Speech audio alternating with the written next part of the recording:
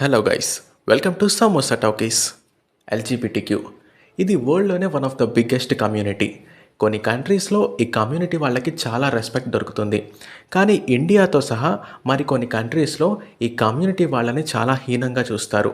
ఇప్పుడు మన ఇండియా విషయానికి వస్తే కొన్ని తరాల నుంచి ఈ కమ్యూనిటీ వాళ్ళని చిన్నచూపు చూస్తున్నారు.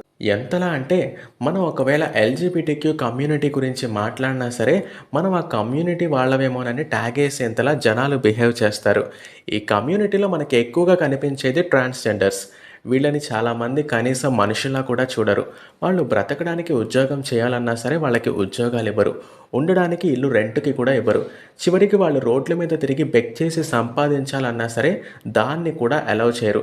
ఎందుకంటే ఈజీగా డబ్బులు సంపాదించాలని కొంతమంది ఫేక్ ట్రాన్స్‌జెండర్స్ మార్కెట్‌లో తిరుగుతూ డబ్బులు డిమాండ్ చేయడం వల్ల ఇదంతా జరుగుతుంది. అలానే మన ఇండియన్ ఫిల్మ్ ఇండస్ట్రీలో ఈ ఎల్జీబీటీక్యూ కమ్యూనిటీని రిప్రజెంట్ చేసే విధానం కూడా చాలా దారుణంగా ఉంటుంది.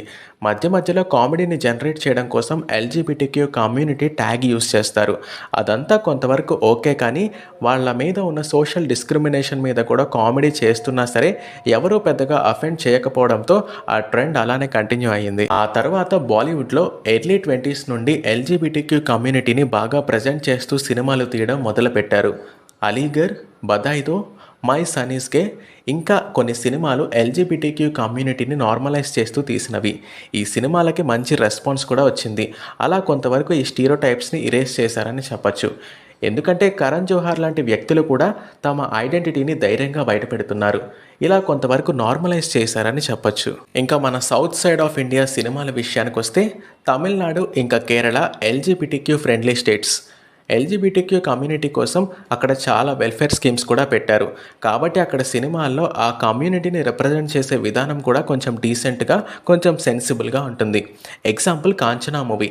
ఒక ట్రాన్స్జెండర్ని సొసైటీ ఎలా ట్రీట్ చేస్తుందని లారెన్స్ రాఘవ చాలా మెచ్యూర్డ్గా చూపించారు.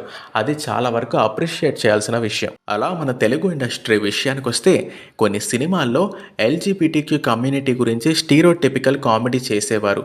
కానీ ఫర్ ద ఫస్ట్ టైం ఒక తెలుగు యాక్టర్ తన సినిమాల ద్వారా ఎల్జీబీటీక్యూ కమ్యూనిటీని నార్మలైజ్ చేస్తున్నాడు.